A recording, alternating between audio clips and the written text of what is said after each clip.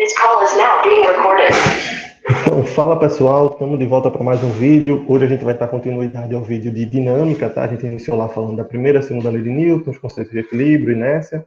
Hoje a gente vai falar sobre um pouco de algumas forças e sobre a terceira lei de Newton, tá? Então, separei aqui algumas forças em destaque, né, para a gente falar um pouco, que é muito importante a gente conhecer as características dessas forças para na hora de resolver os problemas a gente não ter complicações, tá? Por quê? Porque a gente está estudando vetores, né? Forças são vetores. E, como são vetores, a gente precisa saber a direção e o sentido dessas forças, né? A aplicação delas. Não basta saber só o valor, tá? Porque se eu tiver uma força para a direita, o resultado é uma coisa, se eu tiver uma força para cima, o resultado é outra, tá? Então, a gente precisa conhecer as características das forças que estão atuando para saber para onde elas apontam, tá? E aí sim a gente conseguir resolver o problema de maneira tranquila, correta, tá? Então, só algumas forças. A primeira que talvez a mais famosa delas, né, que é chamada força-peso, né? Força-peso nada mais é do que a atração gravitacional que a Terra faz nos corpos que estão no seu campo gravitacional, né? Então a gente sabe que se eu soltar qualquer objeto no ar, ele vai em direção ao chão, né? A Terra puxa eles para baixo, puxa com a força, tá? E de onde vem essa força, né? Não cabe aqui a gente entrar muito em detalhes, mas só para matar essa curiosidade, né? A gente pegar qualquer corpo que tem massa, né? Por exemplo, aqui a Terra, o corpo que tem massa, ele produz ao seu redor o que a gente chama de campo gravitacional, tá? E aí, se outro corpo com massa entrar dentro desse campo, ele vai sofrer uma interação, que é a força, tá? E essa força é sempre de atração, ou seja, a Terra puxa os corpos para o seu centro, tá? Então, por isso, quando a gente solta um corpo aqui, né, a gente está dentro do campo gravitacional da Terra, ele cai, ele vai em direção ao centro da Terra, tá bom? Então, essa força que a Terra faz, puxando os corpos para baixo, é a chamada força-peso, tá bom? Então, a gente também já viu, né, que força resultante é igual a massa vezes aceleração, ou seja, se a gente tem força resultante, a gente vai ter aceleração, tá? Falar, e qual é a aceleração que está envolvida aqui no processo? É aquela aceleração que a gente estudou no movimento vertical, a aceleração da gravidade, tá bom? Então, força, né, massa vezes aceleração, se eu estou falando da força gravitacional, a força gravitacional vai ser a massa vezes a aceleração gravitacional. Tá aqui, ó, força-peso, a gente calcula como sendo massa vezes a aceleração da gravidade, tá bom? Então, como é que eu calculo o peso de um corpo? Pego a massa dele, multiplico pela gravidade. Se for aqui no planeta Terra, né, a gravidade é aproximadamente 10 metros por segundo ao quadrado. Se eu for para a Lua, já é diferente, 1,6 metros por segundo ao quadrado, tá bom? Então, calcula a força-peso desse jeito. Então, qual a outra característica da força-peso que a gente precisa saber? A sua direção e o seu sentido, tá? Então, força-peso, ela sempre vai ser vertical para baixo, não importa a situação que esteja. Força-peso é sempre vertical para baixo, tá? Como está ilustrado aqui nessa figurinha. Não importa, o corpo está em cima de uma mesa, por exemplo, peso é para baixo. O corpo está apoiado numa parede, né? Sei lá, um quadro, peso é para baixo. O corpo está apoiado no teto, um lustre, o peso é sempre para baixo, tá? Tá numa ladeira, ó, pode estar numa ladeirazinha aqui, inclinado, um plano inclinado, o peso é sempre vertical para baixo, tá bom? Então essa é a principal característica importante, peso sempre vertical para baixo. Só um detalhe aqui com relação às unidades de medida, tá bom? Peso, como é uma força, né? Ele vai ser sempre calculado medido em newtons, tá? A massa tem que estar em quilogramas e o G, que é a aceleração da gravidade, vai vir em metros por segundo ao quadrado, tá bom? Então, uma tirinha aqui, ó, do Garfield, né? O cara dizendo que ele tá gordo, o dono dele. Aí o dono dele pega e fala: quero que você perca peso. Aí ele, beleza, vou para um planeta de menor gravidade. Por que ele está falando isso? Né? O cara falou de peso. Peso, a gente calcula como sendo massa vezes gravidade. Aqui no planeta Terra, se a gente fosse calcular, digamos que a massa do Garfield seja 10 quilos, tá? Para facilitar a nossa vida. Aqui no planeta Terra, a gravidade é 10 metros por segundo ao quadrado. Então, se eu fosse calcular o peso do Garfield, massa vezes gravidade, seria 10 vezes 10. Então, aqui na Terra, ele teria um peso de 100 newtons. Se ele fosse para a Lua, por exemplo, gravidade na Lua, a gente falou agora há pouco, 1,6. Se eu fosse calcular o peso do Garfield na Lua, massa vezes gravidade, só que a gravidade agora é 1,6. 10 vezes 1,6 daria 16 newtons. Ou seja, ele perdeu peso, né? Ele perdeu peso, mas ele não perdeu massa, tá? Então, a gente costuma falar, né, que, meu peso é 70 quilos, vou me pesar ali na balança, né, me pesei e tenho 50 quilos. Não. Você não está se pesando, você não está dizendo o seu peso, você está falando da sua massa, tá? E cuidado, massa é diferente de peso. Peso é uma força que é o produto da massa vezes a gravidade. Então, se você tem 50 quilos de massa, aqui na Terra você vai ter 500 newtons de peso, 10 vezes 50, tá? Mas já é o senso comum, todo mundo utiliza isso, né? Não dá nem para a gente ficar corrigindo isso o tempo todo. Mas na hora de você estiver fazendo uma prova, um concurso, um vestibular, lembre-se, massa é diferente de peso, tá? 50 quilos é sua massa. Seu peso vai ser sua massa multiplicado pela gravidade do local onde você esteja, planeta Terra, na Lua, onde quer que você esteja. Bom, então muito cuidado com isso.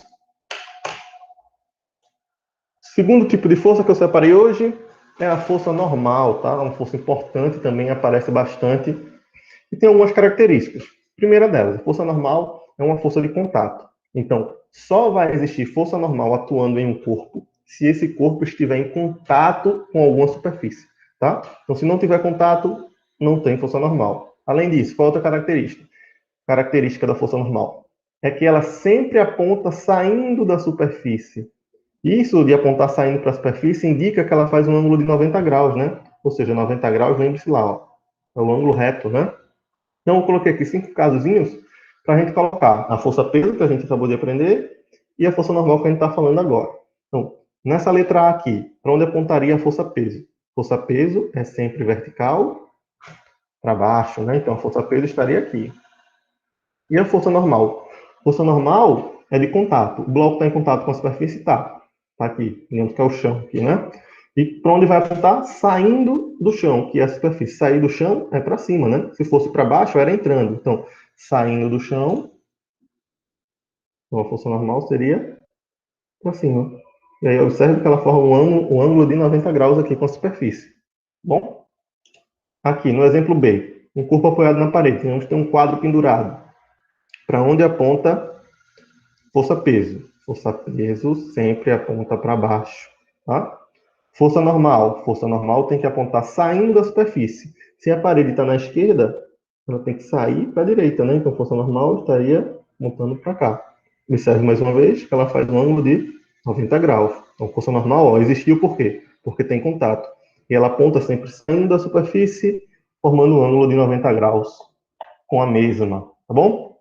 No exemplo C aqui, ó, deixa eu ir assim para ir mais rápido. Peso sempre aponta para baixo, né? Vai ser similar ao outro. E a força normal vai apontar saindo da superfície. Para cá. Deixa eu só fazer a setinha aqui, né? Então, ficou aqui nossa força normal, saindo da superfície, ó, formando um ângulo de 90 graus.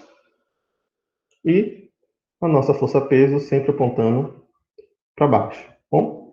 E na situação que a gente tem uma ladeira, força-peso continua sendo para baixo, né?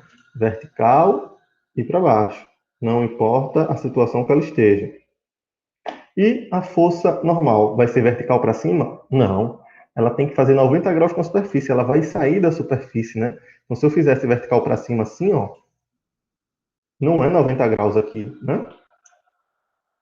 Tem que ser saindo da superfície. Então, se tem uma inclinação, não um plano inclinado, né? Uma ladeira é um plano inclinado, então a normal também tem uma inclinação. E aqui sim é 90 graus, tá? Então, força-peso sempre vertical para baixo e a força normal sempre saindo da superfície. Então, a letra E agora, para finalizar. Então, digamos que tem o bloquinho caindo, né? Está em movimento vertical, caindo aqui. Tem peso atuando? Tem. Para onde aponta o peso? O peso é sempre para baixo, tá? E a normal? Observe que esse bloquinho ele não está em contato nem com o chão, nem com parede, nem com teto. Ele está no momento de queda. Então, não existe força normal aqui. Então, só tem, nesse momento, a força-peso atuando. Bom? Então, entendam bem essas características, o sentido de aplicação da força normal, a gente vai usar isso mais na frente, tá? Próximo tipo de força, força de tração. Também simples, tá? É só um nome que a gente dá para quando é uma força aplicada por uma corda, um fio ou um cabo, tá? Então, se você pegar uma corda, amarra em um objeto e puxa, você fez uma força na corda, né? Pronto. Tração é o nome dado àquilo ali, tá? Então, se tiver um corpo preso a uma corda, tem tração atuando, tá? Não, coloquei aqui uns exemplos.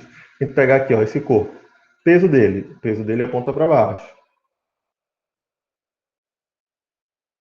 Tem normal? Tem, né? Está em contato com a superfície. Se está em contato com o chão, a ponta saindo da superfície, né, para cima nesse caso, tá?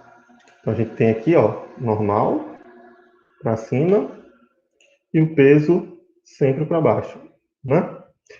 Como ele está preso a uma corda, também tem a tração, tá? E a tração vai apontar saindo do corpo, em direção à corda, tá? E a gente vai para esse corpo aqui de baixo, ó, ele tem o peso dele para baixo, ele tem o peso dele para baixo, e tem a tração para cima porque ele está preso numa corda. Você pergunta, e é normal? Não tem normal, ele não está em contato com nenhuma superfície, né? Nem dos lados, nem em cima, nem embaixo. Então ele só tem peso e tração. Esse outro caso aqui, sim, só um detalhe, né? Você fala, essa tração está no bloco de cima e essa tração está no bloco de baixo. Então é tração 1 e tração 2? Nesse caso não, porque é a mesma corda, tá? Eles estão unidos por uma corda só. Então, em uma corda só tem uma tração. Eu não tenho como ter duas trações atuando ao mesmo tempo na mesma corda. Então, é uma tração apenas, tá? É uma tração para cada corda. Aqui, ó, além da tração tem o peso e tem a tração para cima. Esse caso que eu falei aqui, ó, sem a tração 1, tração 2, a gente vai ver aqui nesse caso diferente. Ó. A gente já viu, né? Antes de falar da tração, tem o peso de A, tem o peso de C, tem o peso do bloco B, e o bloco B tem contato. Se o bloco B tem contato, perdão, tem normal, né? Como ele está em contato embaixo, a normal sai para cima, tá bom? E eles também estão presos, ó, a cordas, então tem tração aqui, tem tração aqui. Vou chamar de tração 1 e tração 1, que é a mesma corda. Aqui também, ó, tem tração, tem tração. Mas como é uma corda diferente, então essa tração desse lado pode ter valores diferentes, é uma tração diferente. Tá? É outra corda, é outro valor. Tá? Aqui, ó, 1 em 1 é a mesma corda, então é um único valor. Ok? Então fique atento a isso. Na mesma corda é uma única tração. Tá? Mas aí, observem, ó, já pegou um problema aqui, ó, já foi aplicando as forças que a gente conhece. Isso que a gente chama de diagrama de forças, tá? Fazer o desenho das forças que atuam nos corpos. E colocando a direção e o sentido de aplicação dessas forças. Isso vai ser importante na hora da gente calcular a força resultante. Bom, então, ó, conhecendo três forças, a gente já colocou elas aqui. Peso, normal e tração. Bom, então, já viu peso, normal e tração. Agora a gente fala da força elástica, tá? Força elástica, né? Que é obtida através da chamada lei de Hooke, certo? O carazinho que estudou esse conteúdo, tá? Não é Luciano Huck, não é o Huck do super-herói, tá? É o Huck cientista. Vamos lá. Força elástica. Força elástica nada mais é do que a força que é aplicada por corpos elásticos, tá? O principal exemplo que a gente vai ver em exercícios são de molas, tá? São corpos que se deformam, se esticam ou se contraem, tá? Então, corpos que se esticam, se contraem, eles fazem uma força que a gente chama de força elástica, tá bom? Então, vamos lá. Então, ó, imagina que a gente tem aqui uma mola relaxada. Mola relaxada é quando a gente não está fazendo nenhuma força nela, tá? Então, ela está aqui relaxada, então vamos dizer que essa mola tem um comprimento inicial x0, o tamanho dela, né? Sei lá. Digamos que esse comprimento inicial seja 7 centímetros. Vamos trabalhar em centímetros. Tá? Vou deixar em metros mesmo. 7 metros. Aí vem uma pessoa aqui, ó, e puxa ela para a direita. E aí ela vai aumentar de tamanho, ela vai se esticar, né? E aí, digamos que agora ela vai ter um comprimento final. Que a gente vai chamar de x. X0 é o inicial e x é o comprimento final. Digamos que esse comprimento final seja 10 metros, tá? E aí, se você observar, ó, a mola chegava até aqui, agora ela chega até aqui. Então, ela aumentou desse tamanho, que a gente vai chamar de ΔX, que é o que a gente chama de deformação. Tá? Esse ΔX, a gente chama de deformação sofrido pela mola. E como é que a gente calcula esse ΔX? É o x final menos o x inicial. Então, para esse exemplo aqui, que eu coloquei números aleatórios, né? Seria 10 menos 7, que daria 3 metros de deformação, tá bom? Então, essa deformação é uma coisa que a gente tem que ficar atento, tá? É o quanto a mola aumentou ou diminuiu, né? Você pode esticar a mola ou você pode comprimir, tá bom? Aí observe o seguinte, quando a gente puxa a mola, né? O cara puxou aqui para a direita. Quando você está puxando, imagine aí que você está puxando uma mola, quando você puxa a mola para a direita, a mola faz uma força em você contrária à força que você faz. Então, se você puxa a mola para a direita, a mola faz uma força em você para a esquerda. Tanto que se você soltar a mola, ela retorna para a posição original, né? E ela retorna porque essa força aqui, ó, a força elástica, aponta para lá, sempre voltando para o sentido original, tá? Mas você tem uma mola e você comprime essa mola. Apertei ela. Quando eu soltar, ela vai voltar para a sua posição original. Por isso que a gente diz que a força elástica é uma força restauradora. Ela sempre aponta para a direção para voltar para a sua posição relaxada, tá? Uma força elástica, eu passo a força na mola para a direita, a força elástica para a esquerda. Eu faço uma força para a esquerda, a força elástica para a direita, tá bom? Então, por ela ser restauradora, que ela tem essa característica, tá bom? Outra coisa que a gente tem que ficar atento é na constante elástica. O que seria essa constante elástica? Essa constante elástica, ela mede a rigidez da mola, tá? Então, por exemplo, você tem uma mola que tem uma constante elástica de 50 newtons por metro. Por que essa informação está dizendo para a gente? E se eu pegar essa mola e esticar 1 metro, eu preciso fazer uma força de 50 newtons, tá? Agora, observe, se você pegar uma mola de 200 newtons por metro, isso quer dizer que para deformar a mola em 1 metro, eu preciso aplicar uma força de 200 newtons. Ou seja, essa mola é bem mais dura, né? Bem mais rígida do que a primeira. Então, esse K aqui, ó, que é a constante elástica, ele mede isso, a rigidez da mola, tá? E para a gente calcular a força elástica, a gente precisa ter esse K e ΔX, que é a deformação. Aqui, ó, formulazinha. Força elástica é o K vezes o ΔX. Preciso saber a constante elástica da mola e preciso saber a sua deformação, tá? No Sistema Internacional de Unidades, a deformação tem que estar em metros, esse K tem que estar em newtons por metro, e a força elástica, por ser força, toda força a gente mede em newtons, tá bom? Então, a força elástica a gente tem aí, K vezes ΔX, tá bom? Outra coisa interessante da força elástica é se a gente fizer o gráfico, tá? Da força, se a gente tivesse o gráfico da força elástica em função da sua deformação. Esse gráfico ele não é uma constante, ele não é um uniforme, tá? Então, você pega aqui o verde, né? Então, esse gráfico, ele seria mais ou menos assim. O que é que esse gráfico está dizendo? Está dizendo ó, que se eu aumento a deformação, ou seja, quanto mais eu estico a mola, vou botar valores aqui aleatórios, tá?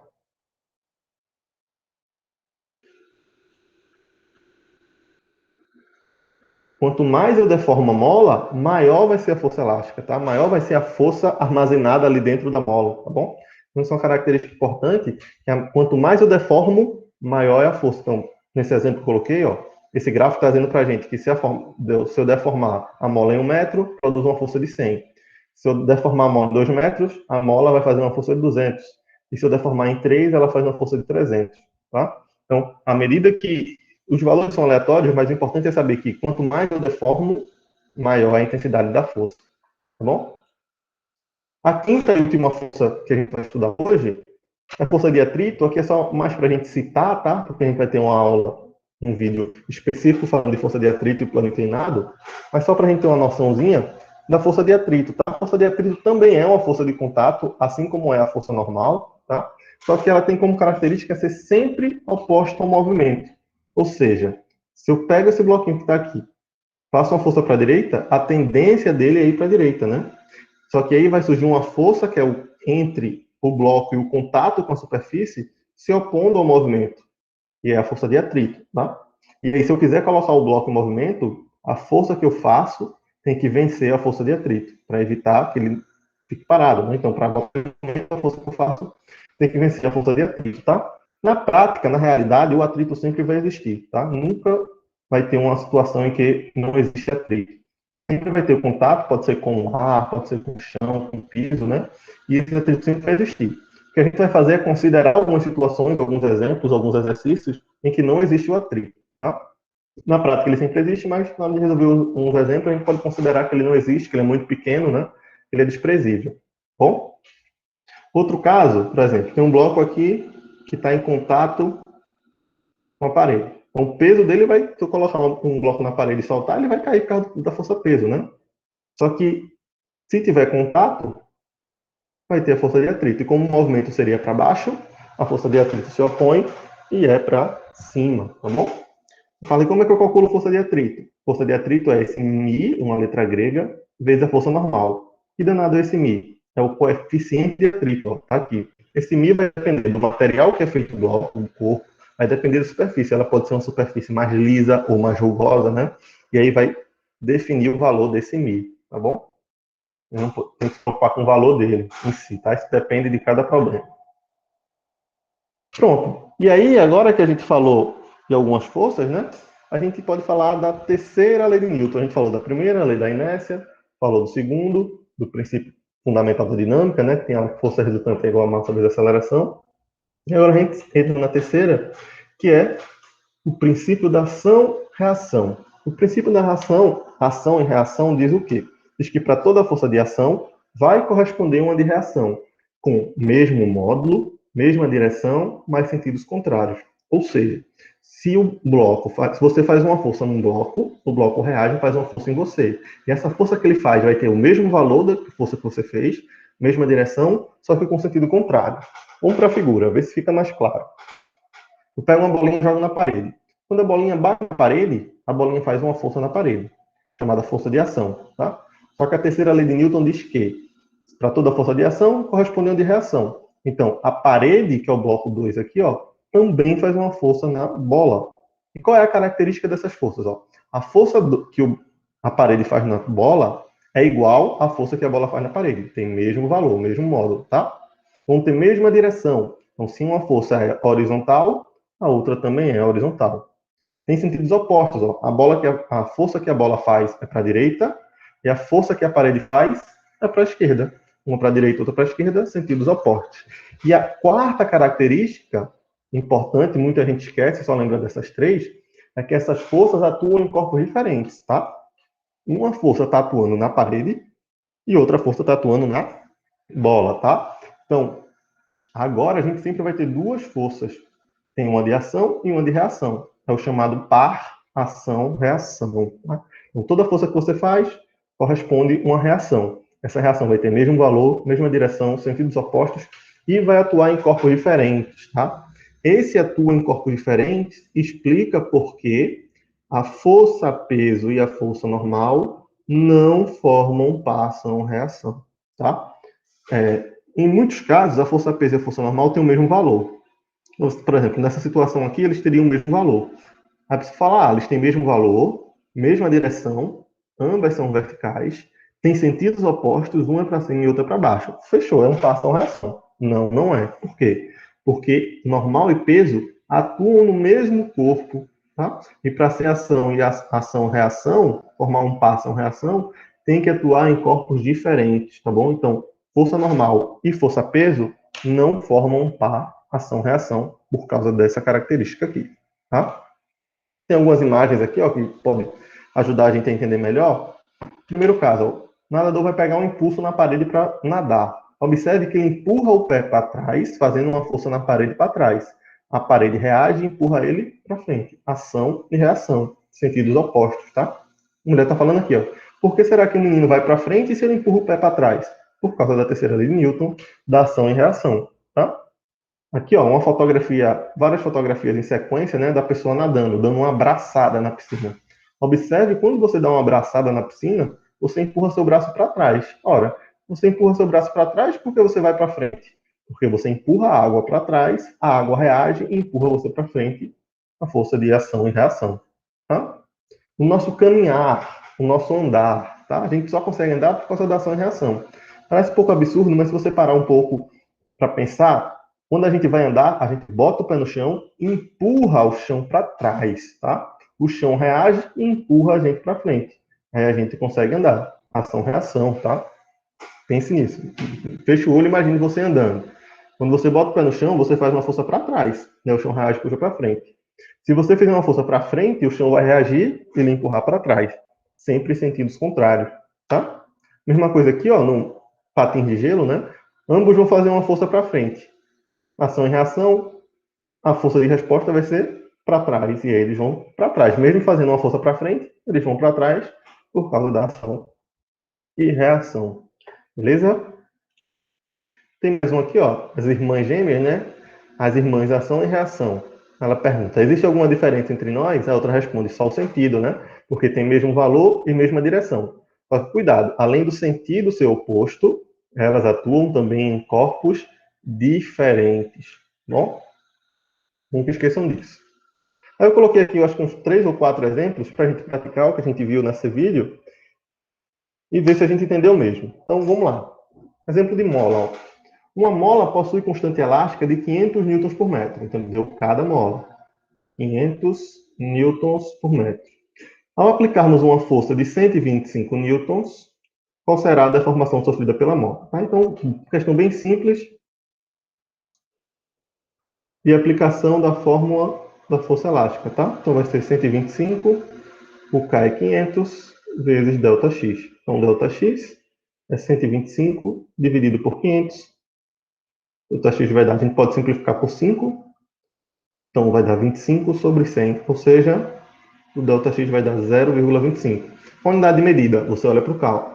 Newtons por metro, então o ΔX é em metros. Então, dá 0,25 metros ou 25 centímetros, tá? Se você quiser deixar a resposta em centímetros, tá bom? Então, só para a gente aplicar aqui mesmo a fórmula de força elástica, tá? Vamos fazer uns probleminhas um pouquinho mais elaborados. Segunda questão. Ó, observem que o jeito da gente resolver os problemas, as questões, os exemplos, os exercícios, é muito parecido de um para outro, tá? Então é importante que a gente siga um padrão para resolver, que vai ficar bem mais fácil, tá? Vamos lá. Exemplo 2. Um corpo de 10 kg em equilíbrio está preso à extremidade de uma mola colocada na posição vertical. Vamos desenhar isso? Tenho uma mola, um corpo que está preso a uma mola. Vou botar aqui minha mola assim. Ficou um pouquinho troncho, né? Vamos ajeitar isso. Menos ruim. Tem um corpo de massa M que está preso numa mola. Qual foi a informação que ele deu? Que essa massa desse corpo tem massa 10 quilos, ele está em equilíbrio. Lembra lá, equilíbrio é quando o quê? Força restante é zero. Bom? Vamos lá. Segunda frase. A constante elástica é 200 Newton por metro. Ele já deu K. 200 Newton por metro. Tá? Considerando que a gravidade vale 10, qual é a deformação sofrida pela mola, ΔX? Tá bom? Então, problema de dinâmica, tá? É sempre bom fazer o desenho quando ele não der. Na maioria das vezes vem o desenho, mas às vezes pode não vir. A gente faz assim como eu fiz agora, tá? Primeira coisa que a gente faz, coloca as forças que atuam no corpo. Então, nesse corpinho, quais são as forças que eu sei que atuam? Só pelo fato de ele ter massa, haja força-peso. E pelo fato dele estar preso numa mola, tem força elástica. Fala, tem força de tração? Não, porque não tem nenhuma corda. Tem força normal? Não, porque não tem contato. E atrito, ele não falou de atrito, a gente não está trabalhando com atrito por enquanto. Tá bom? Então, vamos resolver. Tem essas duas forças aí. Vamos lá. O que é que a gente faz para resolver o problema de dinâmica?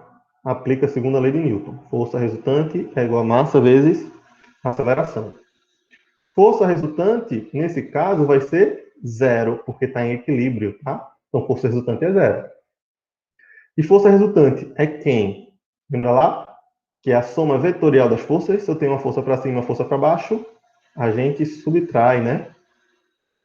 Fica Fel menos peso igual a zero, tá? Lembre lá, quando eu tenho, tá no vídeo da aula passada. Forças de mesmo sentido, a força resultante, a gente soma. Quando a gente tem forças de sentidos contrários,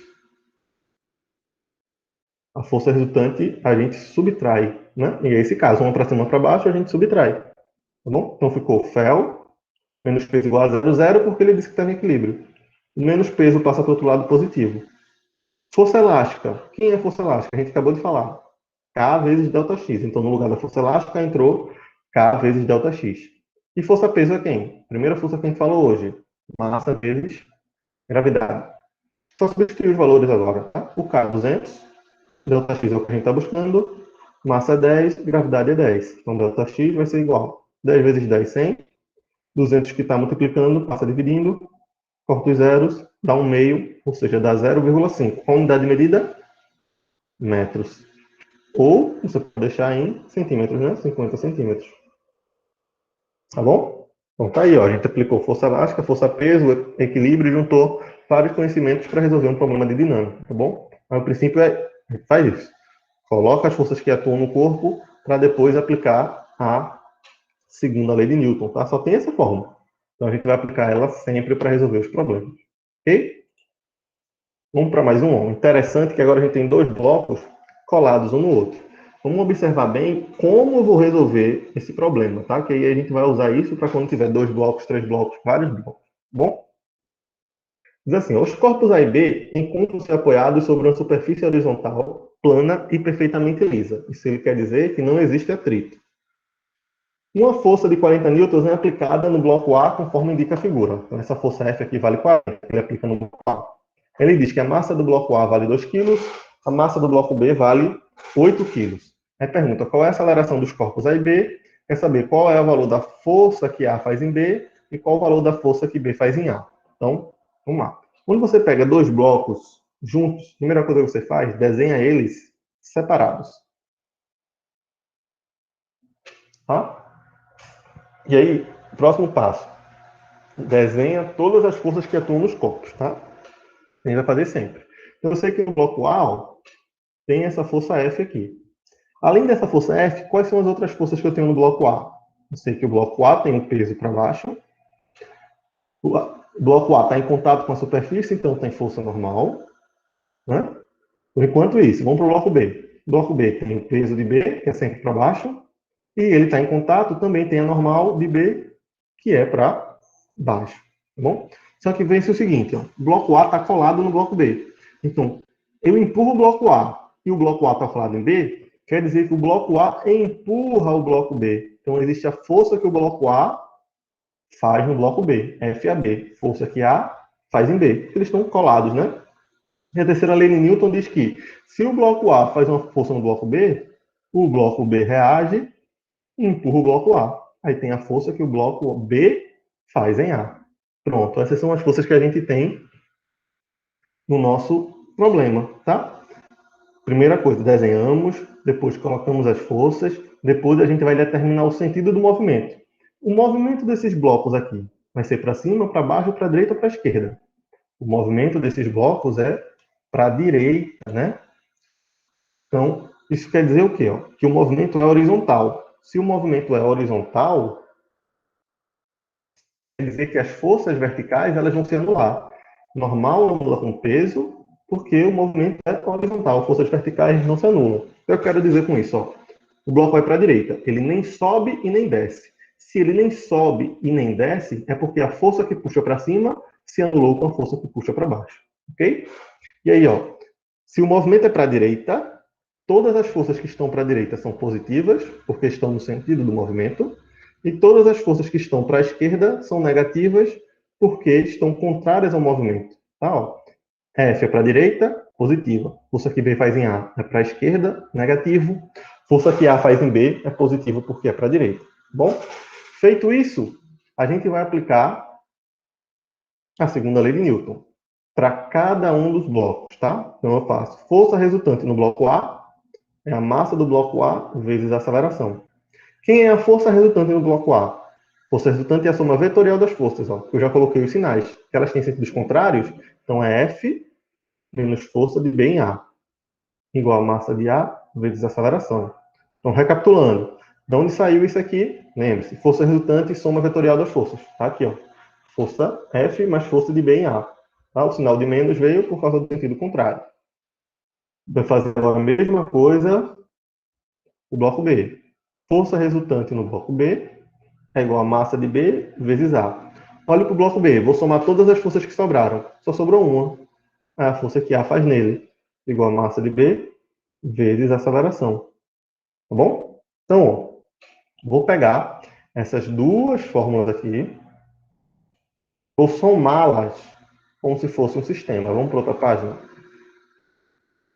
Então, ó, a gente calculou do bloco A, né? Veio essa equação e do bloco B veio essa equação. Você falei, por que não resolve essas equações? Porque eu tenho duas incógnitas. Ó. Eu não sei quanto vale essa força, nem sei quanto vale a aceleração. Então, se eu tenho duas incógnitas e duas equações, a gente usa um sistema para resolver. Tá? O que é que eu faço? Ó? Então, deixa isso aqui que a gente calculou na página passada, coloca uma fórmula e coloca a outra embaixo. FAB igual a massa de B vezes a aceleração. E soma, tá? O sisteminha. Aí veja, menos FBA mais FAB pode se anular. Por que pode se anular? Porque elas são ação e reação. Lembra lá da característica? Tem mesmo valor. Vou chutar um valor. Se ela vale 50, então vai ser menos 50 mais 50. Se anula, tá?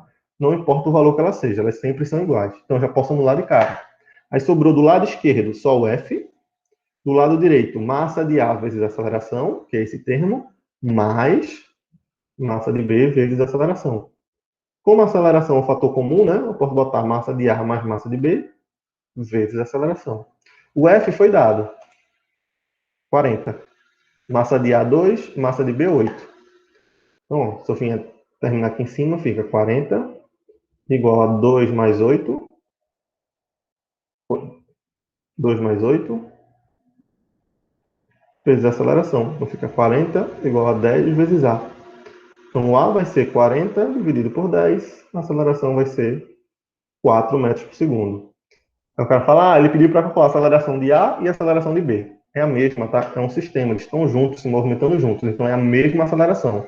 Não tem que calcular a aceleração de A ou de B. A aceleração do sistema é a mesma para os dois. Na letra B, ele pede qual a força que A exerce em B. Tá? Então, para descobrir isso, eu observo a letra C. A força que B exerce em A. Gente, é um par, são reação. FAB e FBA. Então, basta eu calcular uma delas. Elas são iguais, tá? O que é que você faz? Você pega o valor da aceleração e joga nessa equação ou nessa. Você vai encontrar a mesma resposta, tá? Então, eu vou pegar essa equação aqui que é mais simples, tá bom? Então, vou responder aqui a letra B e C. Que eles querem a força que A faz em B ou que B faz em A. É a mesma, é um par, são reação. O valor é o mesmo. Então, força que A faz em B. Massa de B é 2 ou 8. Deixa eu olhar lá. Massa de B é 8. Então fica 8 vezes 4, que é a aceleração. A força que A faz em B é 32 newtons, tá bom? Se você pegasse essa equação daqui, ó, F menos FBA igual a massa de B vezes a aceleração, vai dar a mesma resposta. O F é 40, fica menos FBA, aqui é a massa de A, né, perdão. Massa de A, que é 2, vezes a aceleração que a gente encontrou, que é 4. Aí fica 40 menos FBA, 4 vezes 2, 8. Então, fica 40, ou fica... Deixa eu apagar aqui. Fica menos FBA igual a 8. O 40 que é positivo passa para o outro lado, subtraindo. Fica menos FBA igual 8 menos 40, menos 32. Multiplica por menos 1, né? Aí fica aqui FBA é igual a 32 newtons também. Então não precisa, eu fiz as duas contas para mostrar, mas não precisa, tá? Basta fazer uma que você já descobre as duas. Então, gente, preste atenção. Pegou um problema de dinâmica desse tipo, assim, de bloquinhos, pode ser 2, 3, 4 pendurados numa mesa, tá? Não importa. Façam isso.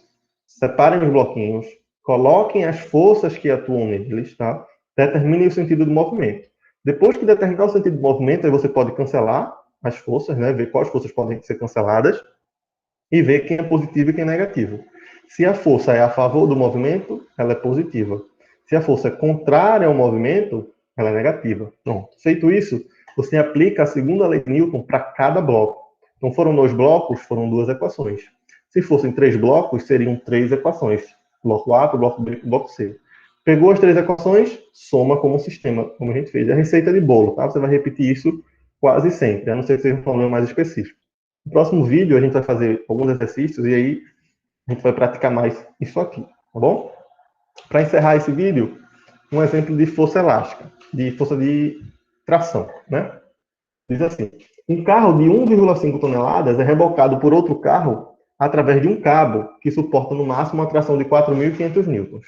Qual deve ser a intensidade máxima da aceleração do carro para que o cabo de aço não seja arrebentado, desconsiderando a força de atrito, tá?